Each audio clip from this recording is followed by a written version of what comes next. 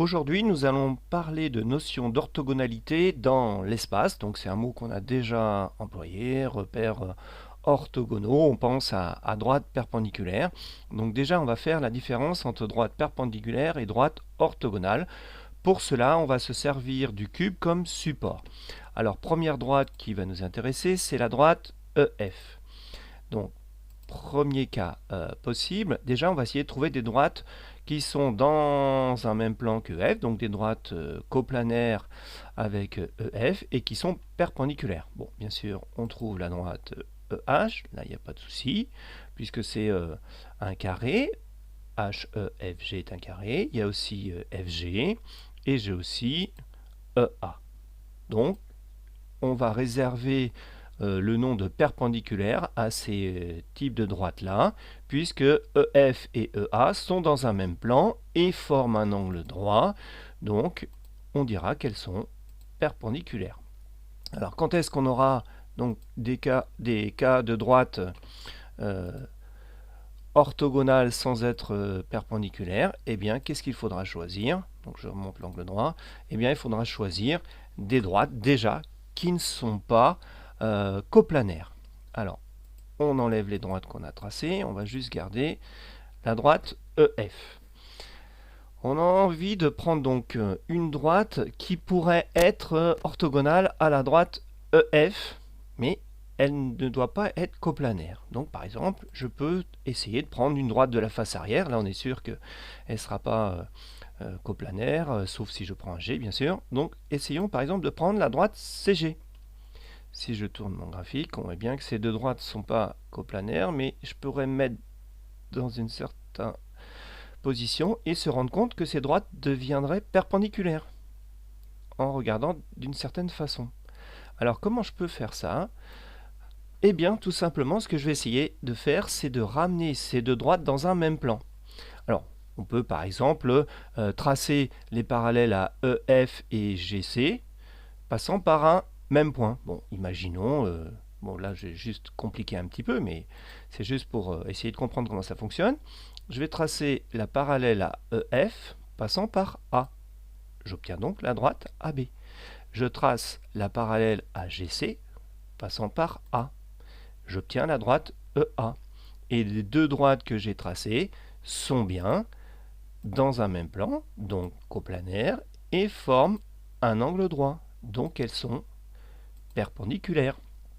EA et AB sont perpendiculaires. Les droites EF et GC, elles, seront de quelle forme? Eh bien, elles seront orthogonales.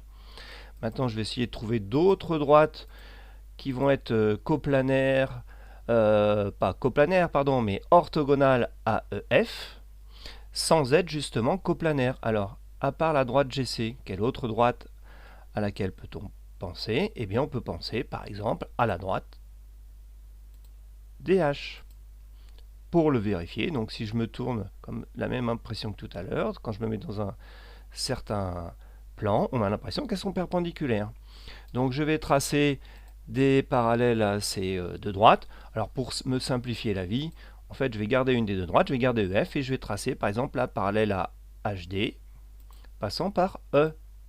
Et donc quand je trace cette parallèle, j'obtiens la droite EA qui elle est perpendiculaire à EF. Donc EA est perpendiculaire à EF et EF et HD, comme on l'a déjà dit tout à l'heure, elles seront orthogonales.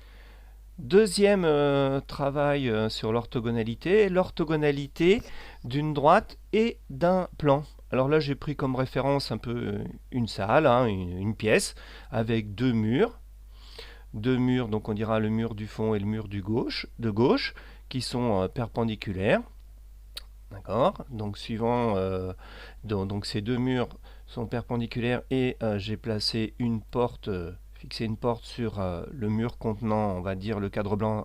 On peut le considérer que c'est un tableau. Donc j'ai construit une porte dessus et je vais considérer la droite qui porte les charnières de la porte. Alors cette droite, au départ, elle est bien perpendiculaire au bas du mur qui contient le tableau. Et elle est aussi perpendiculaire au mur de gauche. Et en fait, cette droite du bas du mur de gauche et cette droite du bas du mur du tableau me définissent le plan qui est en grisé. Et je m'aperçois de quoi?